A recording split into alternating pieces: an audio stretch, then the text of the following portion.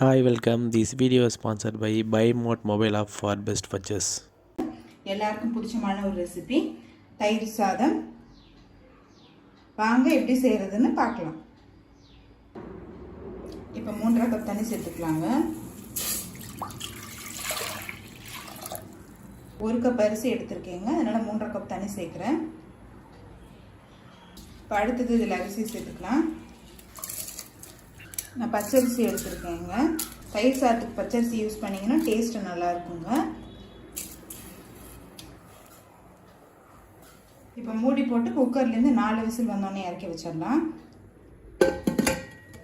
இப்போ குக்கர்லேருந்து 4 விசில் வந்துருச்சுங்க. இப்போ இதில் கொஞ்சமாக பட்டர் சேர்த்துக்கலாம்.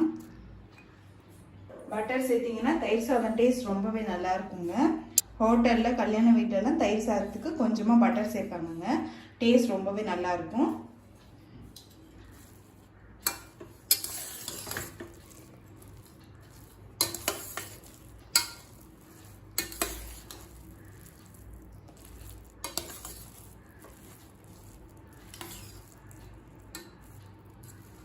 இப்போ ஒரு 10 நிமிஷம் சாதம் நல்லா ஆறட்டும்.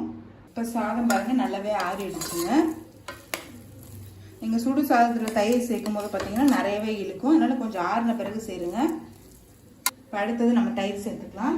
இப்போ 3 கப் தயிர் சேர்த்துக்கலாங்க. தேவையான அளவு உப்பு,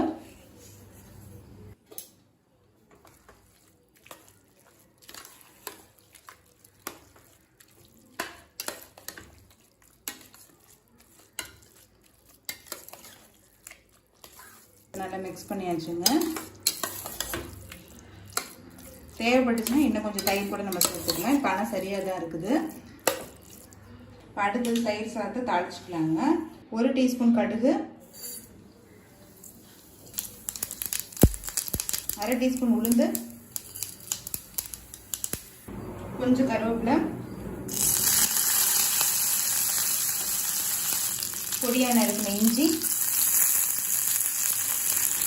1 பச்சை மிளகாய், 1 காஞ்ச மிளகாய்,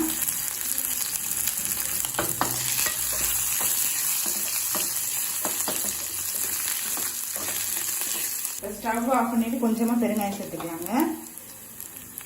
இப்போ சாதத்தை தாளிச்சிடலாம். இப்போ நம்ம தாளிச்சதை இதில் சேர்த்துக்கலாங்க. கேரட்டு துருவி கொஞ்சமாக சேர்த்துக்கலாங்க.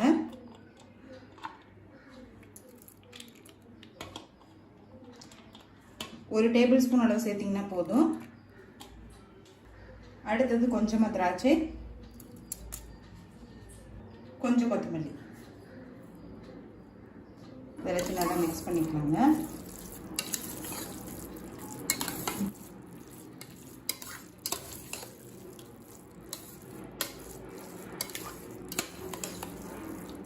இப்போ எல்லாத்தையுமே நல்லா மிக்ஸ் பண்ணியாச்சு. இப்போ பால் வந்து 1/2 கப் சேர்த்துக்கலாங்க.